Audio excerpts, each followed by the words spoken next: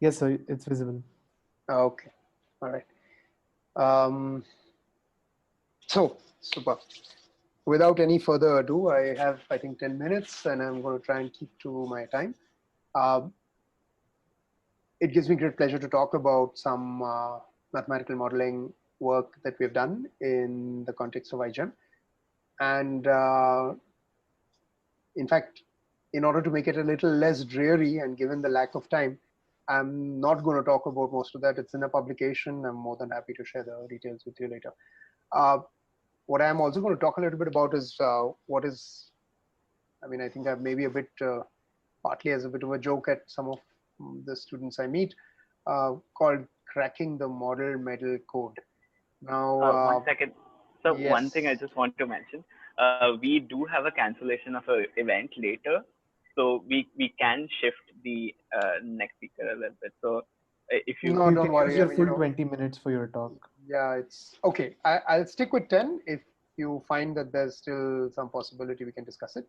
I don't want to inconvenience the other person also, right? Because they might also have issues if you sort of push them around. Yeah, it's Sure, okay. sir, sure. Trust me, I can squeeze in what I have to say in less time. Uh, so this is just a summary of the iGEMs that we've conducted in Isopone since 2015. This year, 2020, is in a sense an exception because these are otherwise, as you see, always incremented by 2 years. Um, and it has always been an exciting experience. Some of you, all of you in this meeting are probably in the process of actually going through it right now. It gets more and more intense as time passes by, and maybe you see this in my slides. Our graphics have certainly improved over the last, uh, yeah, almost 5 years. Um, Unlike iGEM, the other big championships that were supposed to be scheduled for this year have been postponed to next year. That is the Tokyo Olympics. And to my mind, what is really striking between something as, in a way, classic and large scale as the Olympics and the International Genetically Engineered Machines Contest is some striking similarities in terms of the spirit of competition, the fact that you are trying to reach excellence, in this case in science, in their case in sports, uh, and yet it is all about a shared experience, because winning isn't everything. Participation and doing the best that you can do is much more important. And what one hopes is that in this process you realize that science is a collaborative exercise. Many of you are in your early undergraduate years, some of you are postgraduates, I'm not sure. Uh, but the hope is also that it allows you to form long-term associations, and in some senses try to scratch at the surface of problems that relate to human progress and well-being, which is why, if you noticed, iGEM since the last few years, if I'm not mistaken, since the last 3 years, has started dovetailing or combining the tracks into something called SDGs, the so-called Sustainable Development Goals. They used to be called Millennium Development Goals, but with the idea that development of human beings should not destroy the planet we live on, um, it has tried to make iGEM into an exercise that is part of a larger effort by us to ensure human progress without destroying the rest of the planet. Yeah. And in this context, I have a small quiz. Now, I suspect this is not going to be easy. So those of you who have phones or probably can see this, I would really like you to click on it. Um, yes.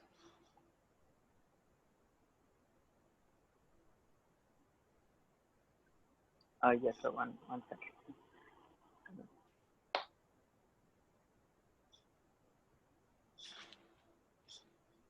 Oh, actually, hold on. You can put it in the chat. Yeah. It's got a bit trickier than I thought.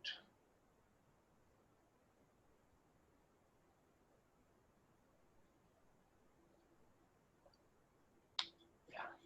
Okay. should be decent. So, Yes, sir. yep.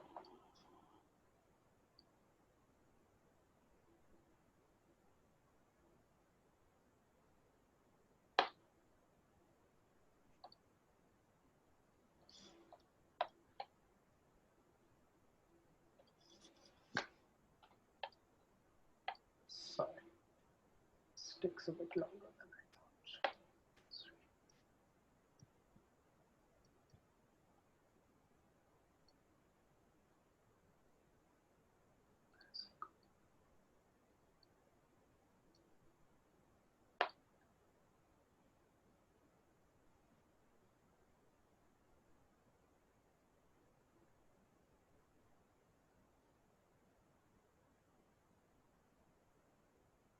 Sorry, I have had to redo the whole thing. Give me a second. Here we are.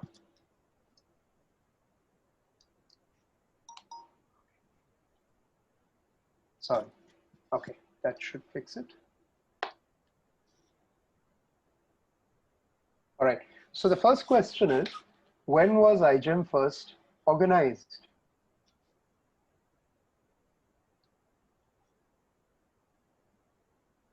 Do you see it?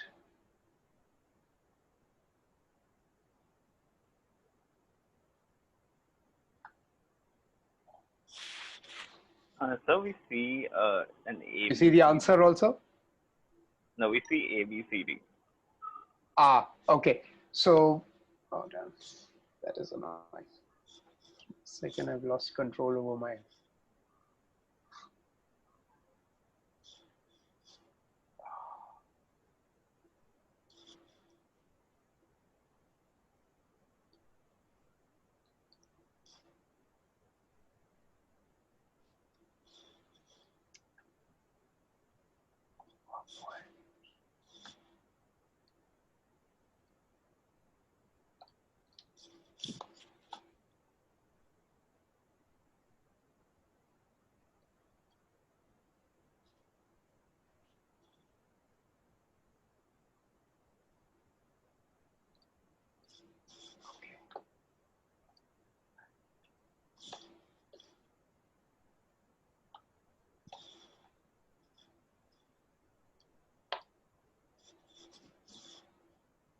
All right. Do you see it now on my shared screen? Yes, sir. Yes. Yes, sir. So the question is, when was AIIM first organized? I forget the link. We just work with this. You can type your answers into the window there in the chat window.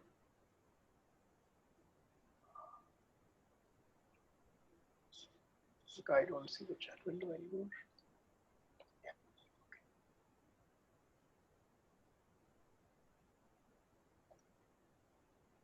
So I think I see options 2 and 3 from some people. So to just remind ourselves, AIIM stands, and I see another 2, I see another 3. So it's a bit surprising, but none of these answers are correct. Yeah.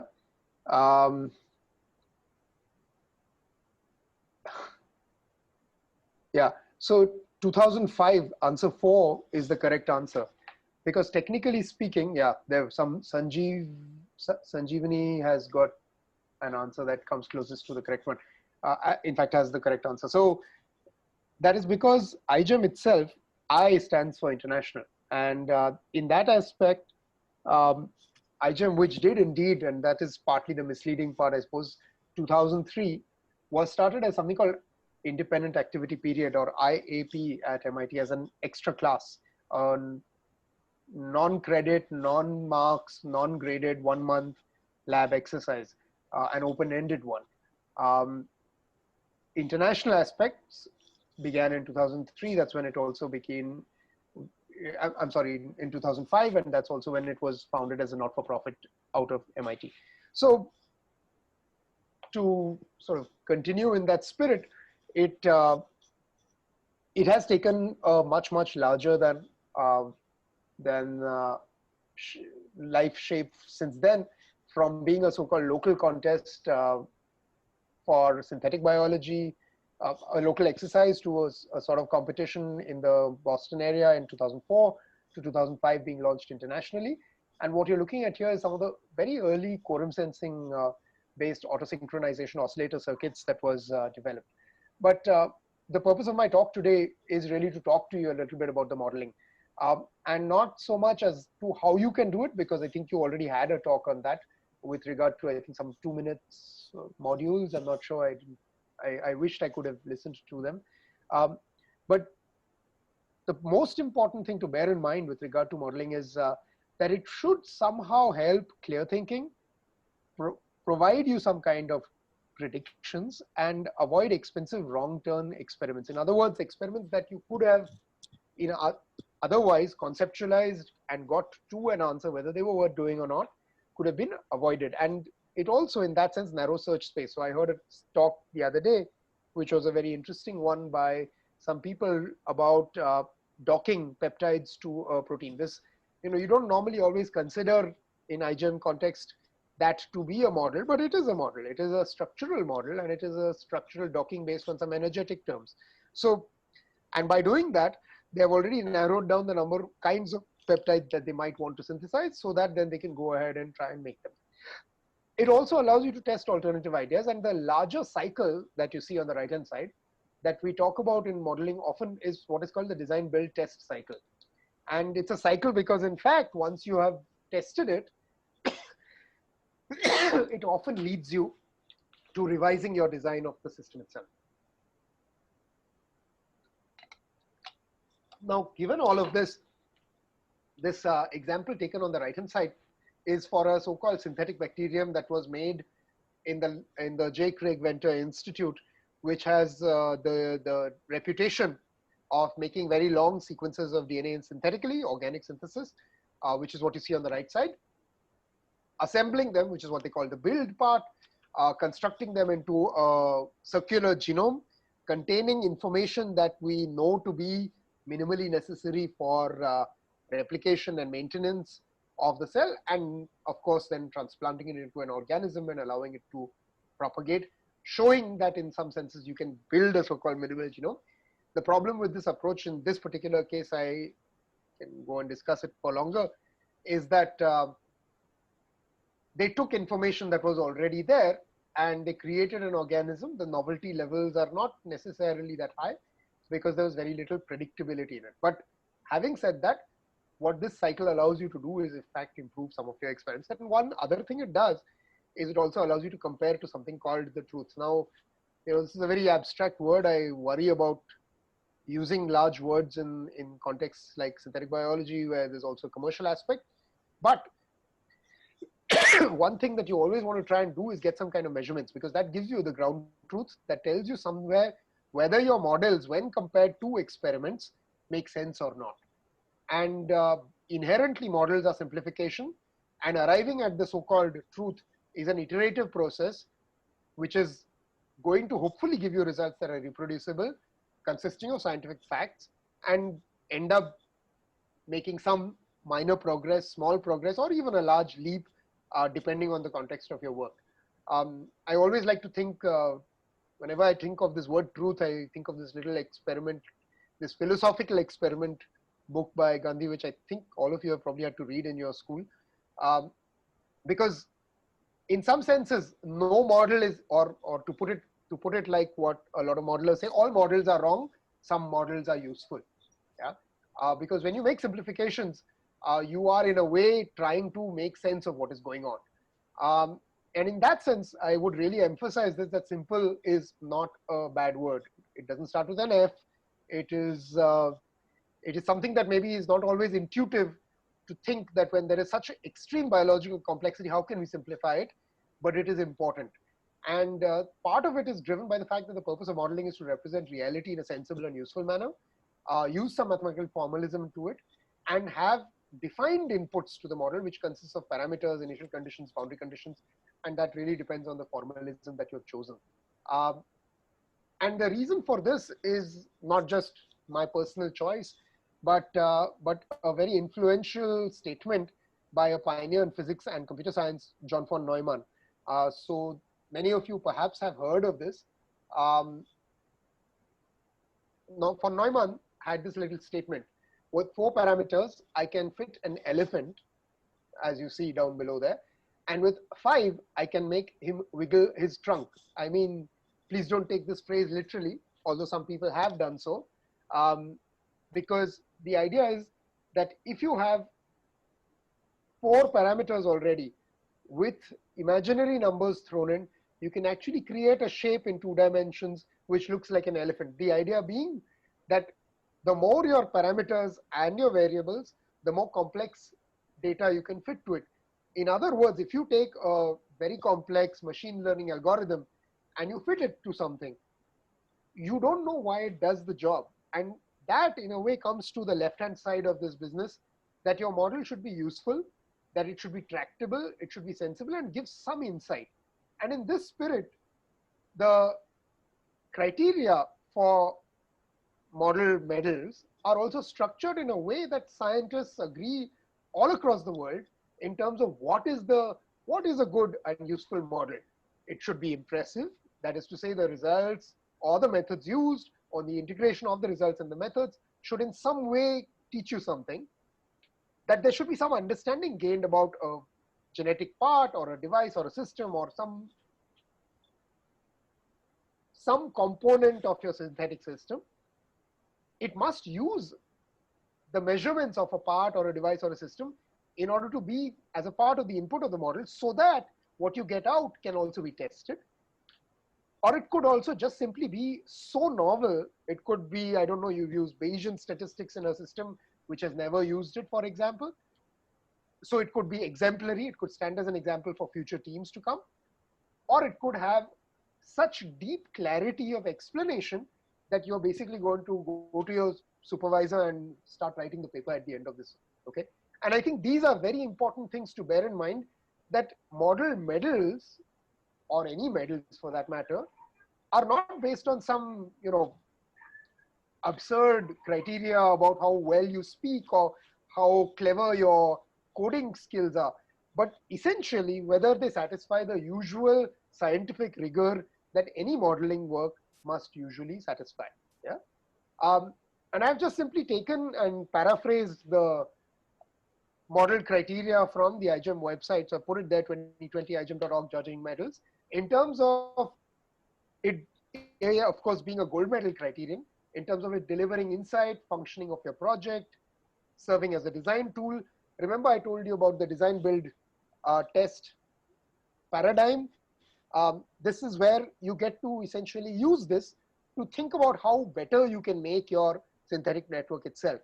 Clarify your model assumptions, because every model has an assumption, its parameters, and explain what the results are.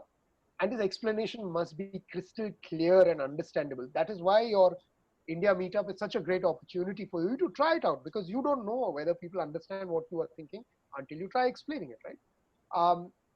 And of course, the requirements about posting.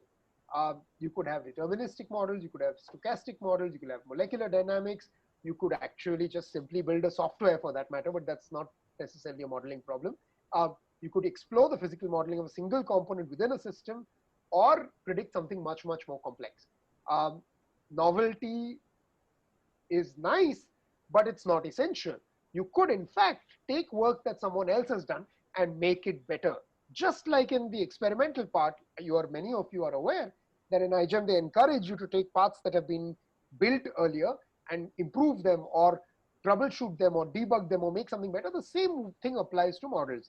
You can also contribute to software tools, and the language is up to you. It could be MATLAB, it could be Python, it could be C, C++, Java, it could be your choice of your favorite programming language. Remember, the judges are research scientists typically. Sometimes they are, let's say, veterans of AIIM.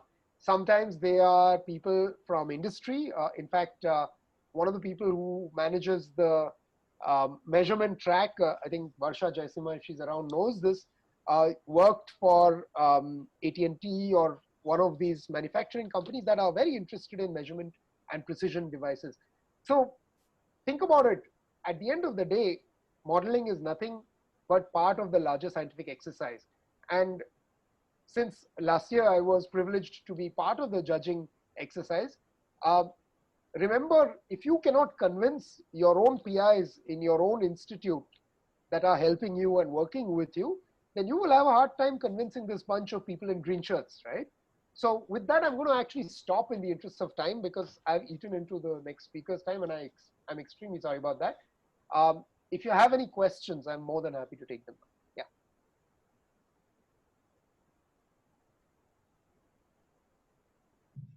Thank you, sir. That was a great talk, and I think the students would current team members would love to interact with you more on the, especially about the judging.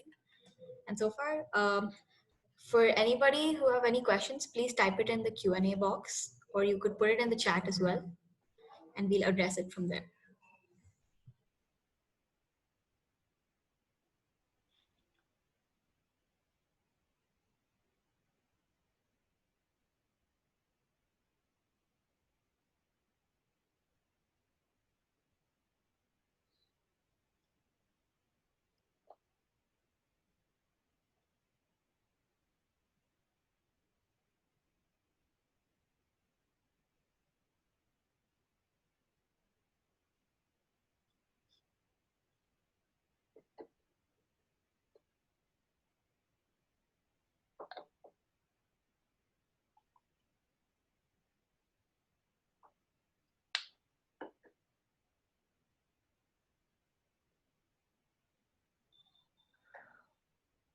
All right. So I think with that, okay, wait, there's one question.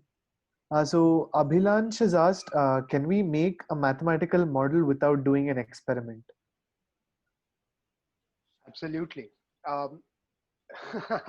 So first of all, I can take some beautiful examples. If you go back to the history of the origin of science, the atomic theory of matter, was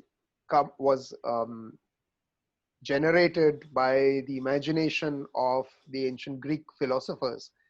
The word philosopher is used loosely. They were basically physicists before we invented the word physicist, because they were trying to ask what is the fundamental nature of the smallest element of the universe. The atomic theory became more and more refined with more and more rigorous mathematics, but there was no measurement until the late 19th century or 20th century. So not just can you make a model without any experiments, you're encouraged to do that.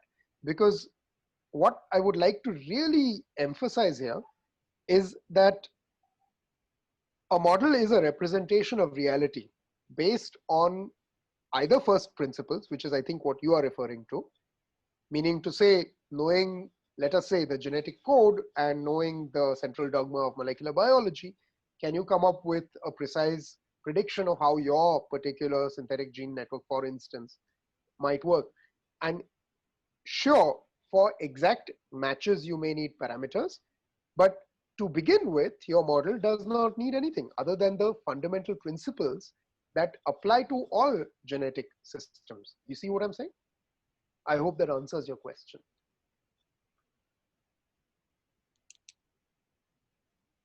Thank you, sir. And with that, I'd like you all to join me in thanking Dr. Chaitanya for his wonderful talk. And I'm sure you guys will, have a lot of things that you might want to ask him. And yeah, so join me in thanking Dr. Chaitanya. Thank you, sir. Thank you. And I apologize. I wish this could have started a little earlier. No worries. Anyway, good. Thanks. No problem. So Thank you, I'll sir. stop my slides. Yeah. Yes, there we go. Thank you, sir.